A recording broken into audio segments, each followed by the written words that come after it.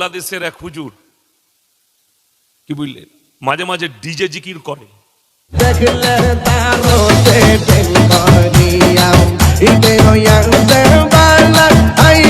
তার নাম হচ্ছে গিয়াসউদ্দিন তাহেরি, নাম শুনেননি? এত বড় বড় ছিল। দেখছি ওই হুজুর জন্মদিন পালন করছেন কেক কেটে।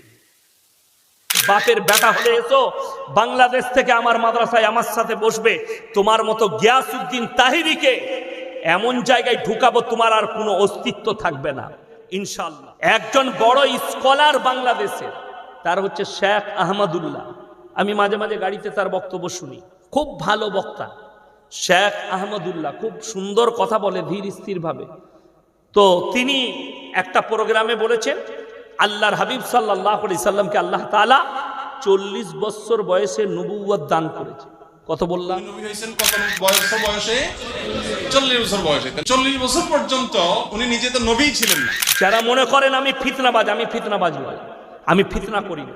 আপনি দেখুন একটা পাগলা চণ্ডী আছে বাংলাদেশে, তার নাম হচ্ছে গিয়াসউদ্দিন তাহেরি। কখন যে ড্যান্স করে, কখন যে কেক কাটে, কখন যে নাচ করে, ও হারামখোর নিজেই জানে।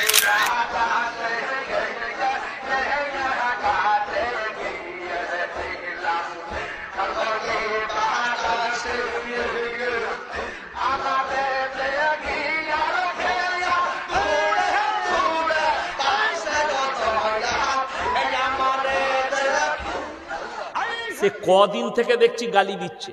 কি বলছে? আল্লাহর নবী জন্ম থেকে নবী।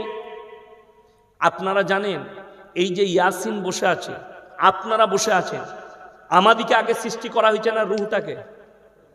কথা বলে না? রূহটাকে। তাহলে কয়েকশো হাজার বছর আগে আল্লাহ রূহকে আগে সৃষ্টি করেছেন। জোরে বলুন না সুবহানাল্লাহ। তো রূহকে যখন সৃষ্টি করেছেন, রসুলের রূহকে আল্লাহ সৃষ্টি করেছেন, সমস্ত নবীর রূহকে সৃষ্টি করেছেন।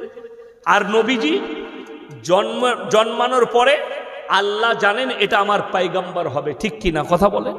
আল্লাহ জানেন পয়গম্বর হবে, এবং তিনার বংশধররা, পরিবারের লোকরা বুঝতে পেরেছিলেন ইনি কোনো সাধারণ ছেলে নয়, ইনি একজন মহামানব হবে।